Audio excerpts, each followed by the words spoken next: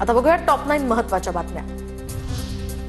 अमरावतीमध्ये भाजपने AB form दिलेल्या 3 उमेदवारांसंदर्भात मोठा ट्विस्ट। भाजपकडून ऐनवेळी युवा स्वाभिमान पक्षाच्या 3 उमेदवारांना पाठिंबा, तर उमेदवारांना चुकून एबी फॉर्म दिल्याचा भाजपचा दावा।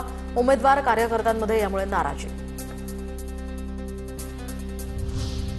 नागपूर मनपा निवडणुकीमध्ये भाजप विरुद्ध काँग्रेस लढत। नागपूर मनपात 992 उमेदवार निवडणुकीच्या रिंगणात। शेवटच्या दिवशी 302 उमेदवारांनी अर्ज मागे घेतले।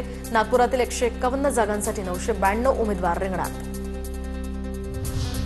सोलापूरमधील मनसेचे नेते बाळासाहेब सरवदे यांच्या हत्या प्रकरणामध्ये गुन्हा दाखल। भाजपचा उमेदवार शालन शंकर शिंदे यांच्यासह एकूण 15 जणांवर गुन्हा दाखल। शेवटचं वडिलांचा चेहराही पाहू शकले नाही। मंगेश काळोखेंची मुलगी वैष्णवी काळोखेची हृदय पिळवटून टाकणारी प्रतिक्रिया। माझ्या वडिलांच्या मारेकरांना फाशी द्या, वैष्णवीची मागणी। छत्रपती संभाजी महाराजांच्या वढू बुद्रुक या ठिकाणी समाधीस्थळाचा विकास केला जाणार। पुण्यातील केईएम रुग्णालयाच्या मालकीची वढू बुद्रुक इथली 2.5 एकर जमीन विकासासाठी उपलब्ध होणार।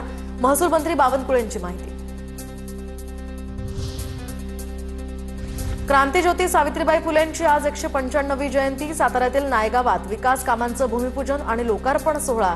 मुख्यमंत्री फडणवीस, उपमुख्यमंत्री अजित पवारांची या ठिकाणी उपस्थिती। शेतीच्या पीक कर्जासाठीचं मुद्रांक शुल्क आता पूर्णपणे माफ करण्याचा निर्णय। राज्य सरकारकडून शेतकऱ्यांना मोठा दिलासा।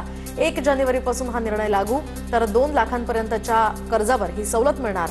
शिवाय सर्व बँक सहकारी संस्थांना निर्णय बंधनकारक असेल। महाराष्ट्राच्या पहिल्या महिला पोलीस महासंचालक रश्मी शुक्ला सेवानिवृत्त। नायगाव पोलीस ग्राउंडवर रश्मी शुक्लांना मानवंदना।